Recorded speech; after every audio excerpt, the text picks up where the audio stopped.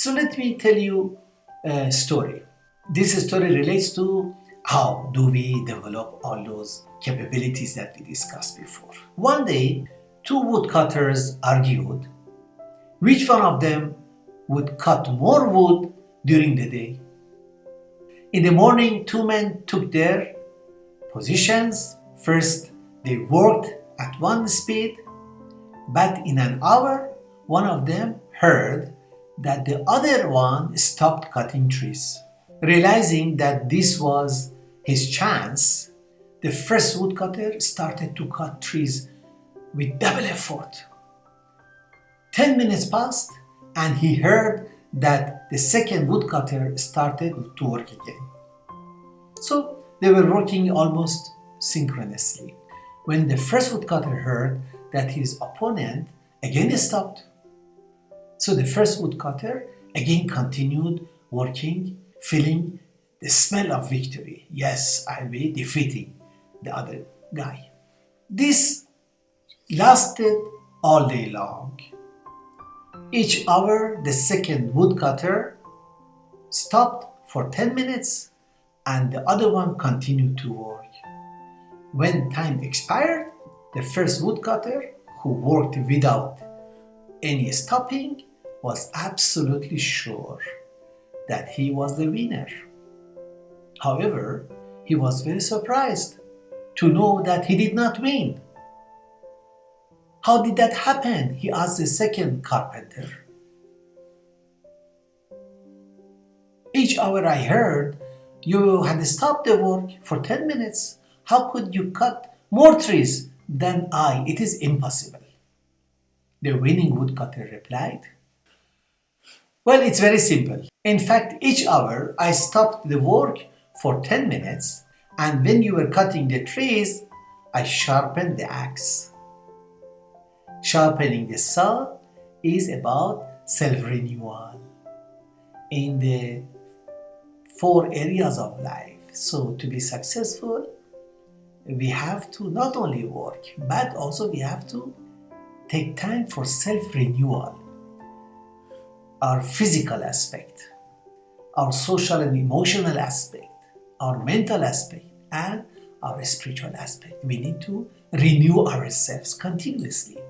That is what this course is about, friends. We are here for this self-renewal in all these aspects. That's about building your skills and abilities for appreciation, association, and active collaboration in welcoming diversity and building society. So it's a process that we are going through together. Our personal development begins with making our thoughts pure. So that is the first step. Our words should become kind and our actions should become noble. Pure thoughts, kind words, noble actions. The trick is little by little, day by day, through forming healthy habits for moving forward our glory on the one hand, and turning away from what causes our humiliation on the other. See, we have to understand what gives us glory and what gives us abasement. So we move towards what exalts us and keep away from what humiliates us. To fulfill our twofold purpose, we need to develop certain capabilities. And when we say capability, we mean the ability to think and carry out positive and well-defined actions for a specific purpose. That is the meaning of capability. In your case, the positive and well-defined action is to achieve your second purpose of contributing to the betterment of society. So we have to become capable to contribute to the betterment of society. So to become capable, we need 5 things. Number 1, to acquire certain skills and abilities. That's like the pillar of a temple, of a dome. Second, to deeply understand certain concepts. The basics. Concepts are the basics of knowledge of something that we should understand, then we can apply them. So as we say, concept of unity. What does unity mean? The meaning of unity, for example. we say concept of diversity, what does it mean? If we say concept of association, what do we mean by that? So concepts are very important to be understood. Then the third thing is to have necessary information. That's what we are going to discuss now in this course. The information that helps us to become capable, to nurture our spiritual qualities, and to possess relevant, healthy attitudes. So, welcoming diversity for building society is one such capability that ties very well with our twofold moral purpose. Hence, the structure of this course is based on building such a capability. We can therefore conclude that the transformation of the character of the individuals and changing the society should happen simultaneously, as we said before. If we neglect one or the other, we cannot develop all the powers that are hidden in humanity's age of maturity. So, you please go to the study material, read them once again, and carry out the activities, learning activities which are given there, and also a final assignment where you will put forth writing your thoughts about the question which is presented there to you. So, dear learners, let us summarize what we discussed today. First of all, we discussed whether one needs to have a purpose in life. And we said yes, by recalling the vision that late Dr. APJ Abdul Kalam Sahab had, the example of the ship without the compass.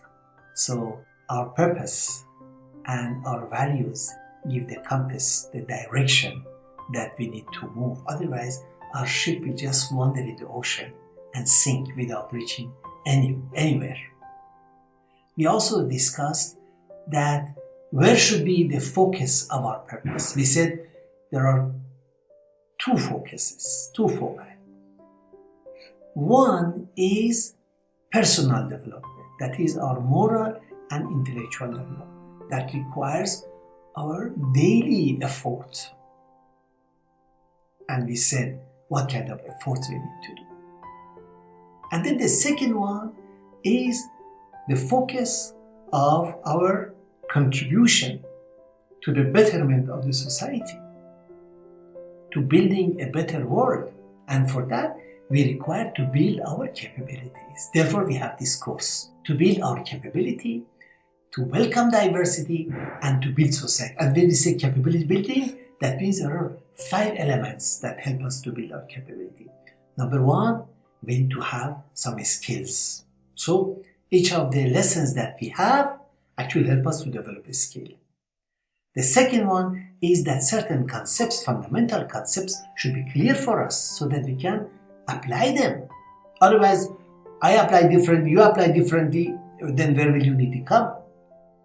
The third one is some information we should have about the focus of contributing to the betterment of the society, to build a better society. The fourth one is healthy attitudes. That is the way that we do things, the way that we react to situations. That is our attitude. And where the attitudes come from? One source of the attitudes is the values, the qualities that we nurture within us. And those help us to project right attitude. So these are the 5 elements that we try to build together during this course and become capable. Thank you.